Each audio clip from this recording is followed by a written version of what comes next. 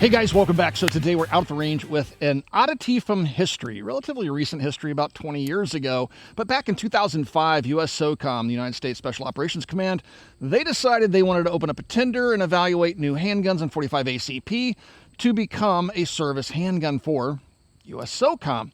And the trials garnered a lot of attention, a lot of press, a lot of companies submitted firearms, including, believe it or not, Taurus.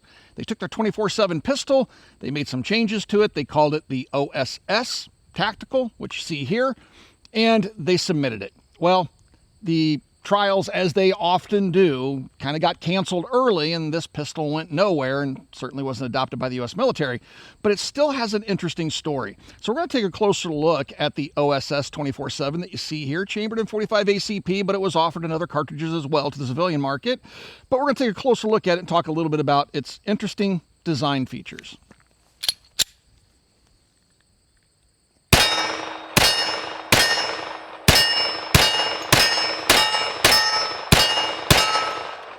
A lot of folks ask me, how can I get involved in the firearms business in that particular community? And one of the best ways to do that is to become a gunsmith. Every gunsmith I know is just overbooked with work. It's a very good living. And so if you would like to become a gunsmith, you need to go to a gunsmithing school or become an apprentice for an existing gunsmith. But Modern Gun School is an accredited college that also works with veterans in the GI Bill, where you can go and get a degree from accredited college in gunsmithing and then go out and start your own gunsmithing business, which I think is a really great option. Again, throughout my entire life, gunsmiths have always been able to earn a really good living, assuming they have a really strong work ethic. So please check out Modern Gun School. I do have a link in the video description below. So back in 2005, many American shooters, myself included, would have considered Taurus firearms to be substandard in quality. Many would say that they are huge steaming piles of shit that you wouldn't give to your worst enemy because... But other people might just say, in a more diplomatic way, they weren't known for their quality control. And so I had problems with their revolvers. I can't say that I've had any real problems with their semi-automatic firearms, but other people, I mean, if you get on the internet, you can find all sorts of problems with the firearms. And so now people would say in 2025 that they've improved their quality control and things like that. I don't know. I haven't bought a whole lot of Taurus firearms. The reason I have this one is because it has a military history to it, having been considered by USSOCOM and the trials that were canceled. And that's why I have it, because of its historical value. But generally speaking, I don't trust or really use Taurus firearms. And that's going back to years ago, having bad experiences with the products. And so it's also, I guess, worth pointing out, unironically, that this handgun, after SOCOM canceled the program, Taurus decided to sell it on the civilian market in the United States, again, with different cartridges being available for it. I've seen them in 9mm, for example. But the 45 would have been the one that would have been evaluated for USSOCOM. Unironically, these things would fire when dropped. And in 2005, the NRA magazine called it, I think it was 05 or 06, gave it the moniker of Handgun of the Year.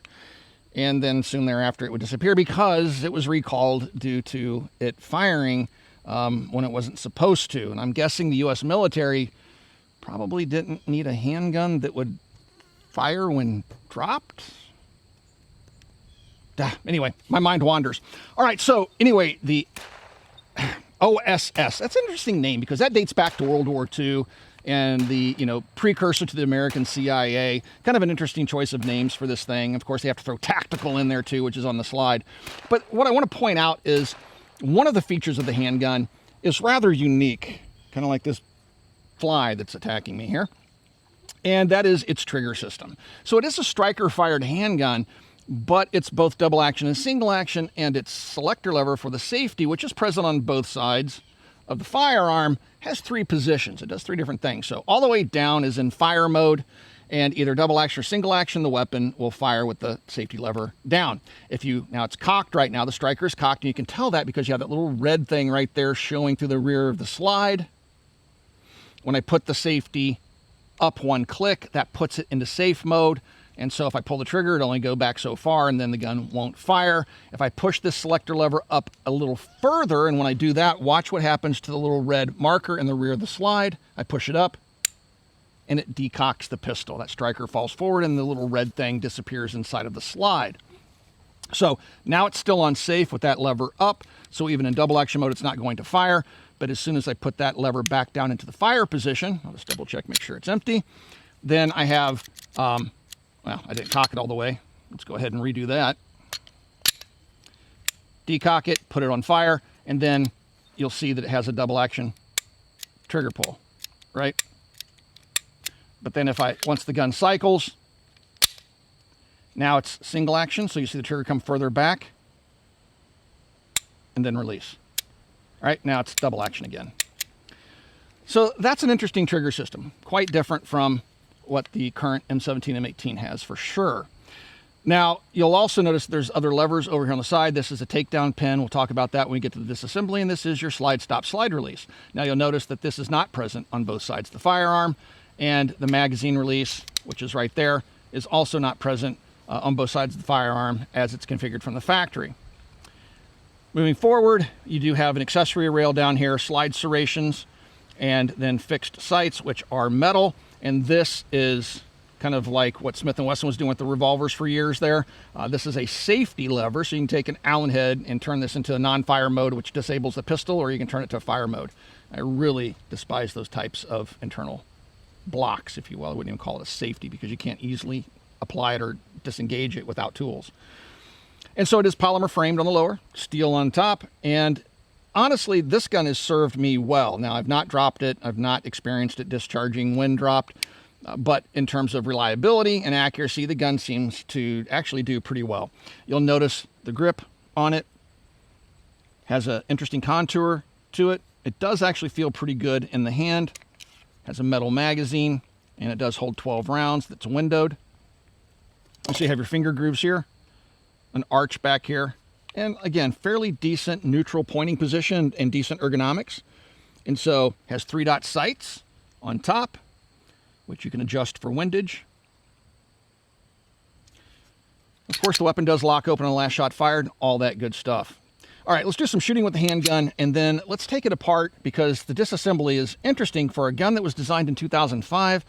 It's not as simple as other more modern handguns or even guns that predate it by decades like the Glock. So let's take a look at that here in a minute.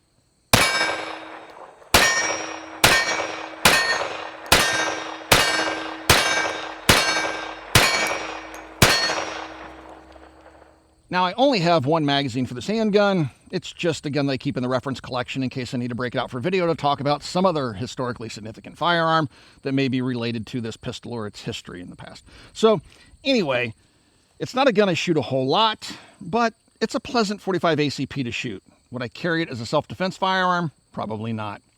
Now, one thing that is of interest to me is that on the ergonomics I didn't point out earlier, you have these little divots on either side here. So when you index the pistol for your firing finger, you can rest it there and feel that little depression, and you'll know that your finger's not on the trigger, and conversely your thumb can rest on the other side.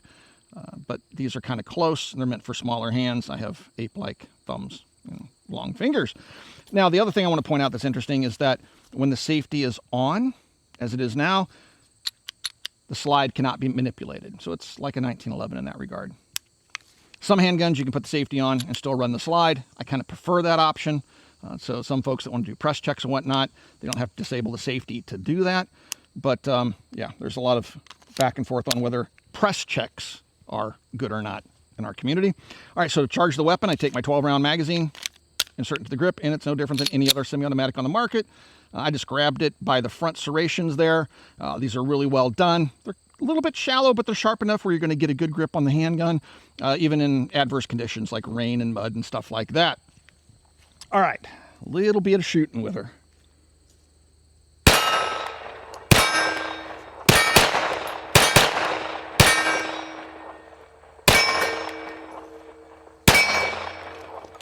So the trigger on this thing is different. So it's not that it's super heavy or any of that, like a VP70Z or anything like that, but the trigger is just awkward. Now, if you like to dry fire and things like that, let me show you something that's a little bit off about this particular handgun. So to get the striker to recharge after I pull the trigger, so the trigger on semi-automatic with the striker back, I pull the trigger all the way to the rear, it'll break right there. But if I pull the slide to the rear, all the way to the rear and release it, the striker didn't reset, right? So now it's going to fall to double action. That's full release. You hear it click and reset. Now it's double action. Pull it all the way to the rear. and let it go, it still didn't reset. The only way I can get it to reset is to jerk it to the rear, and now the striker has reset. And that fell to double action still. So it's really weird. Now, when you're firing the gun, you don't notice any of that. It doesn't fall to double action, at least not in my experience with this particular handgun. So it does reset with the violent cycling of the slide, but it's just this really weird, mushy trigger that for dry fire practice and stuff would be less than ideal.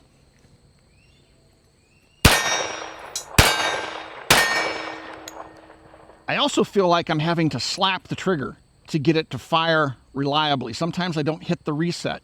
And so I'm letting the trigger go further out than I really should, because prepping it, I don't really feel much of a reset through the trigger.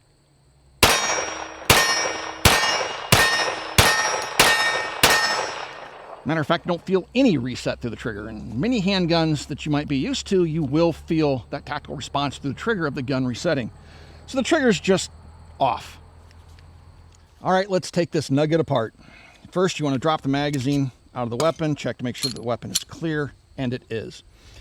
I'm going to lock the slide to the rear, so I'm going to push up on the slide stop slide release, and it is textured on both the top and the bottom, so it is both a slide stop release and a slide stop and a slide release. And so when I lock it to the rear, you'll see the little takedown pin. Now, this even rotates like a takedown lever, but that doesn't take it apart. So even with that rotated down, you can't take the gun apart.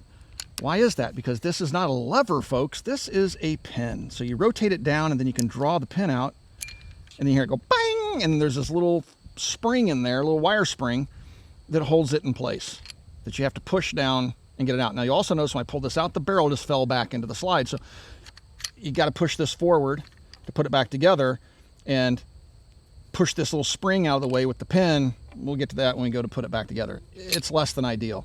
Now I can release the slide stop. I do have to pull the trigger to get the upper and lower to come apart. There you can see the sear for the striker. There's no hammer in there. Here you can see the striker assembly. There's the striker. There's your plunger for the trigger safety. Have a full-length guide rod and a captured recoil spring. And then barrel just lifts up and out. So that's full disassembly. Put it back together, reverse the process.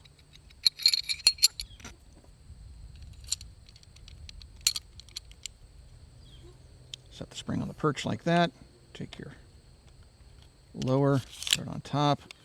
I'm going to draw this to the rear and lock it to the rear. Then we have that little spring to deal with. You'll notice the pin is kind of cut flat on one side. So what I'm going to do is take that flattened end, push it in there, and kind of twist it around and kind of force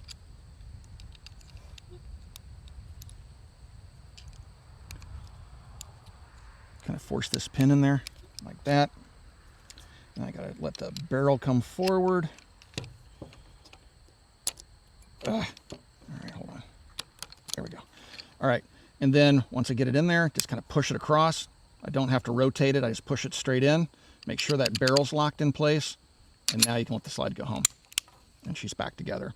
So trying to do that in the dark would be difficult.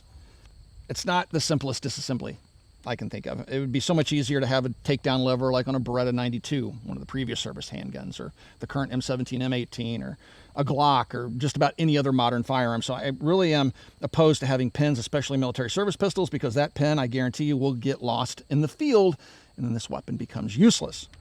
I don't know. What do you think of the 24/7 OSS Tactical? Do you think it's an interesting pistol? Do you have one? How has yours served you? Or even the 24/7, the pistol that predated this one. What do you think of it? Do you like your Taurus semi-automatics? Let me know in the comments down below. Again, I don't have a whole lot of experience with them. I just have this pistol and a couple of others, and I've always found little quirky issues, kind of like I found with this particular handgun. So I look forward to your comments down below. Guys, if you'd like to support us here at the Military Arms channel so we can continue to bring you content like this, please consider becoming part of our Patreon family. There's a link in the video description below. Right here underneath the video player you're watching right now, there's a subscribe button. Click that subscribe button. You can support us right here on YouTube in the age of demonetization. Thank you for 17 years of support. Swing by and check out Copper Custom, and we'll talk to you guys soon.